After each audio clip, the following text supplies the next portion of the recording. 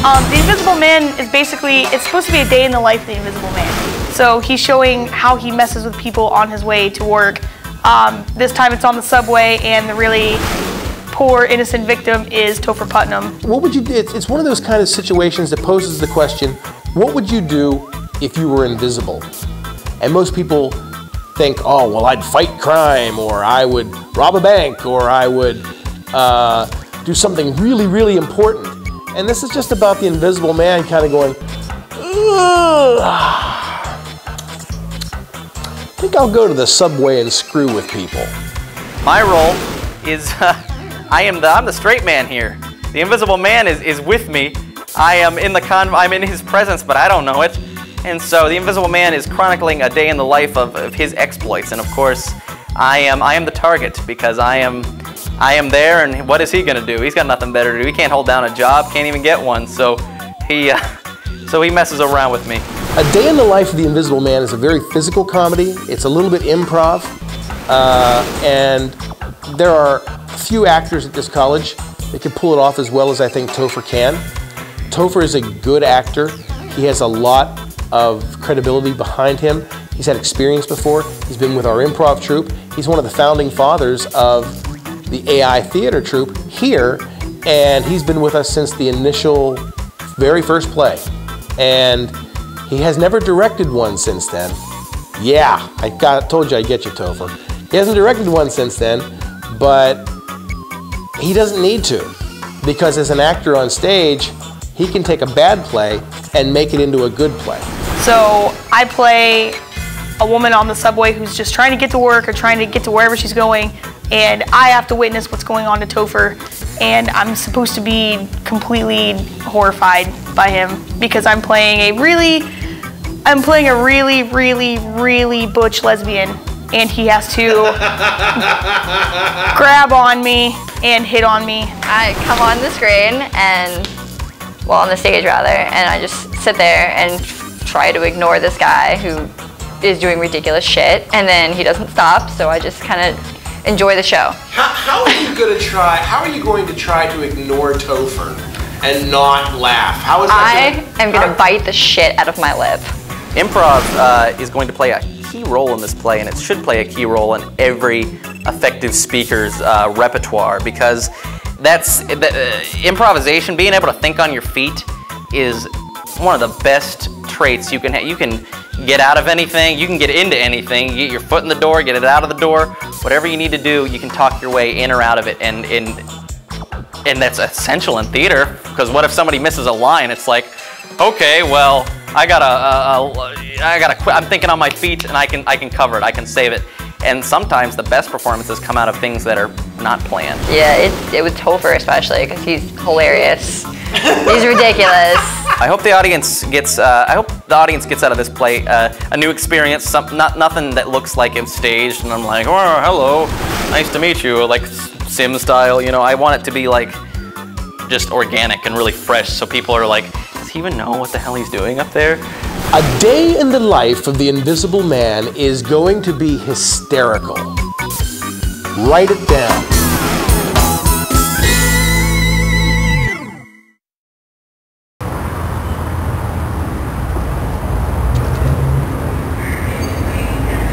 And now, in the latest of our series, A Day in the Life, we present A Day in the Life of the Invisible Man.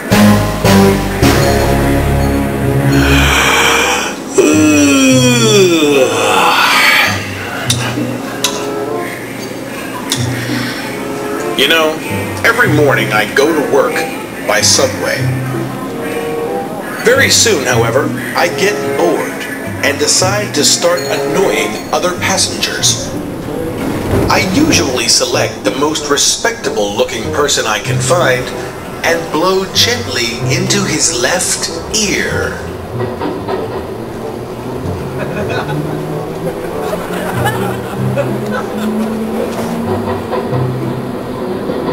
Then into his right ear.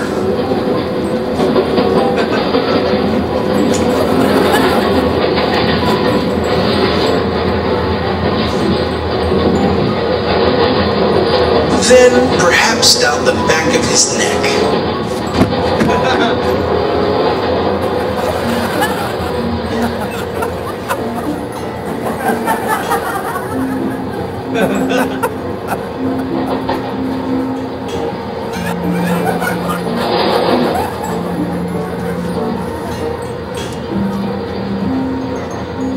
It's about this time that the man thinks I'm a draft. But not for long. For I soon stick 2 fingers up his nose. Higher and higher, removing them just before he sneezes.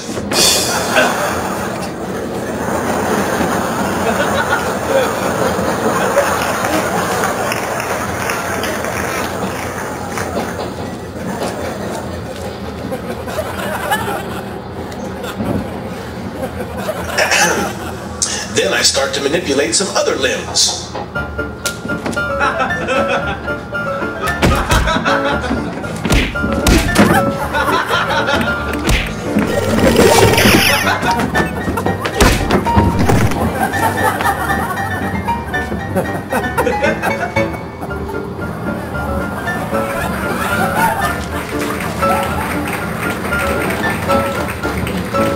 But now I leave him alone.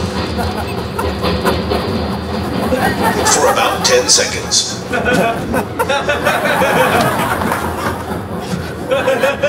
And when he is at his most vulnerable, I kick him in the junk.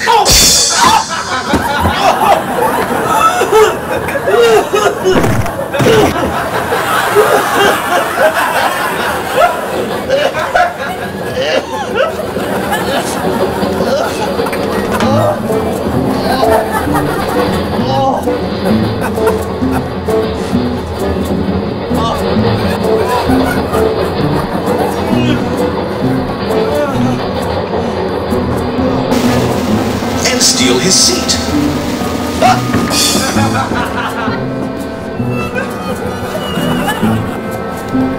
I get up quickly because this is generally the time where he starts to wonder about me.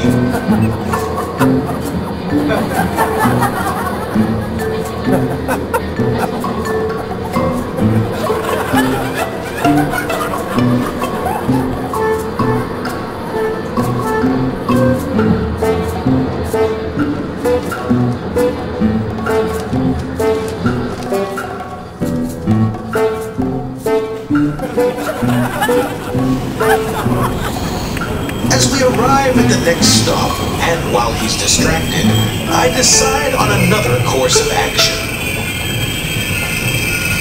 Like tying his shoes together.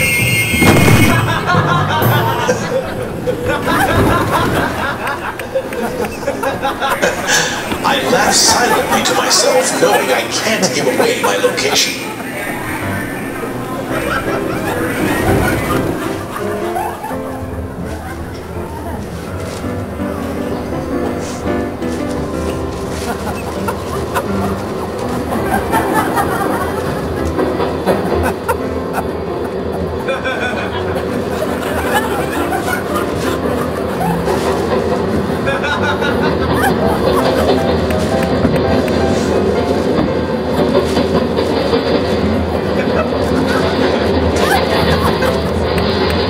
It's always strange how many beautiful women still ride the subway.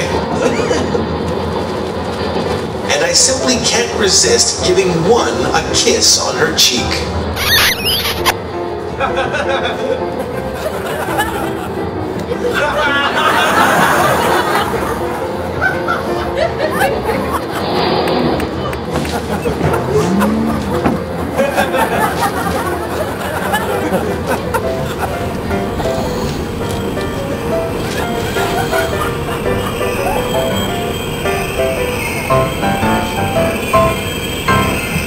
Or by squeezing her boobs.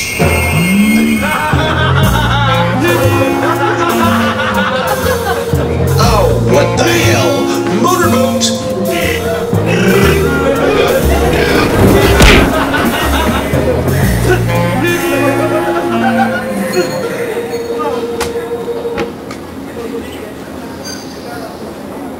Oh no, piping hot coffee.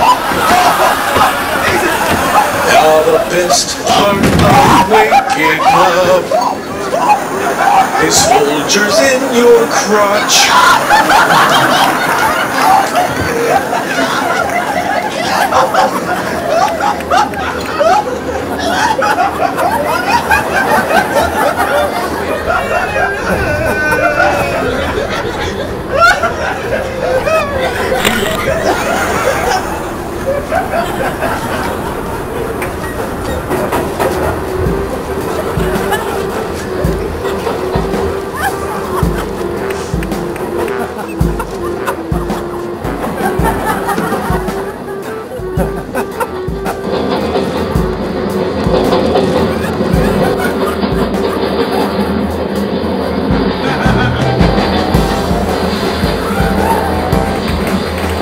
One thing you can always count on during the morning commute is a guy with a donut.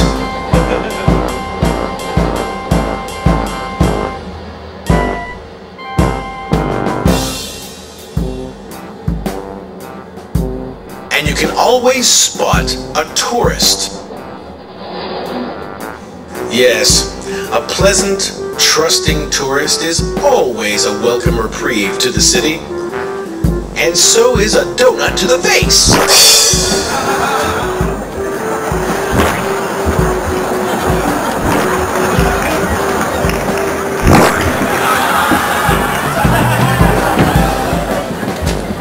Shoelaces.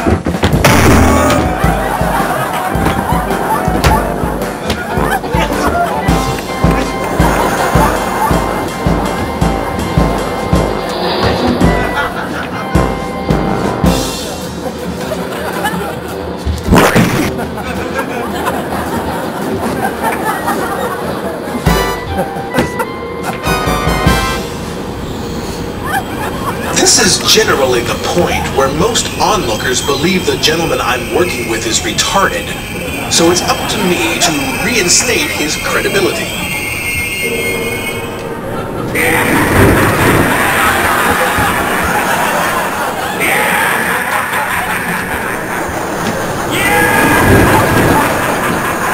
And I let them know I'm serious.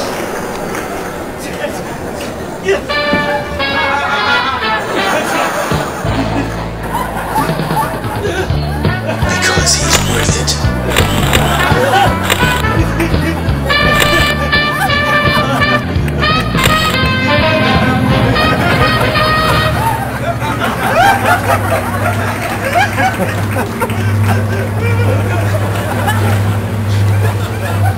What?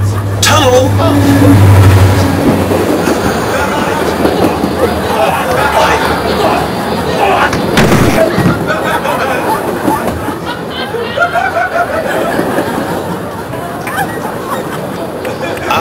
Yes, my job is finally done here as the Invisible Man. Well, looks like my stop is next. So I just sit down and wait. Wait until another day when I see who I can screw with next.